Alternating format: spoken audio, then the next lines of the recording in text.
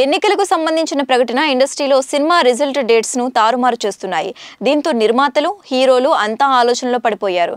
ఇది gangs of Godavari లాంటి కొన్ని సినిమాలకి కలిసి వస్తుంది.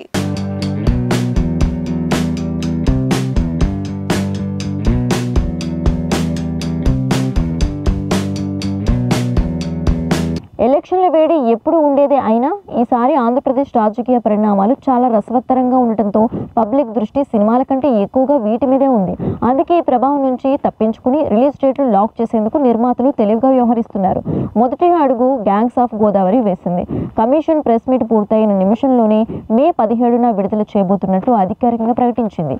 మే 13న ఏపీలో పోలింగ్ పూర్తవుతోంది కాబట్టి ఇబ్బంది లేదు.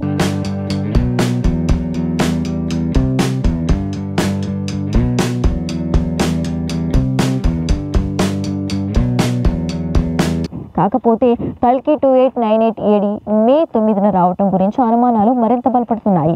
ఆ సమాచారం పక్కాగా ఉన్నందువల్లే సితారా ఎంటర్టైన్మెంట్స్ తమ గ్యాంగ్స్ ఆఫ్ గోదావరిని ఫిక్స్ చేసుకుందనే కామెంట్స్ని తేలిగ్గా కొట్టిపారేయలేం. నిజానికి ఈ సినిమా గత డిసెంబర్లో రావాల్సింది, కానీ సాధ్యపడలేదు.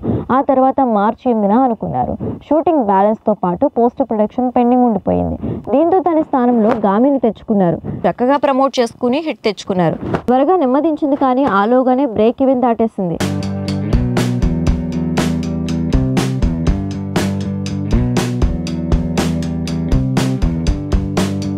ఇప్పుడు గ్యాంగ్స్ ఆఫ్ గోదావరిని చూసి మిగిలిన వాళ్ళు వేగంగా అడుగులు వేసే అవకాశం ఉంది. ఎన్నికలకు ఇంకా చాలా టైం ఉంది కాబట్టి ఏప్రిల్లో రిలీజ్ పెట్టుకోవటం ఎంతవరకు సేఫ్ అనే గురించి భర్చన పడుతున్నారు. ఏప్రిల్ 5న విడుదల కాబోతున్న ఫ్యామిలీ స్టార్ ఫలితం తర్వాత స్పష్టత రావచ్చు. ఒకవేళ అది బ్లాక్ బస్టర్ అయ్యి భారీ వసూళ్లు వచ్చాయంటే అందరికీ ధైర్యం వస్తుంది. ఫిబ్రవరి నుంచి నీరసంగా ఉన్న బాక్స్ ఆఫీస్ కు ఉత్సాహం తేవాల్సిన బాధ్యత విజయ్ దేవరకొండ మీద ఉంది. వాయిదా పడకుండా టిల్లు స్క్వేర్ మార్చి 29 వచ్చేస్తే అవకాశం సిద్ధుకు కూడా వర్తిస్తుంది.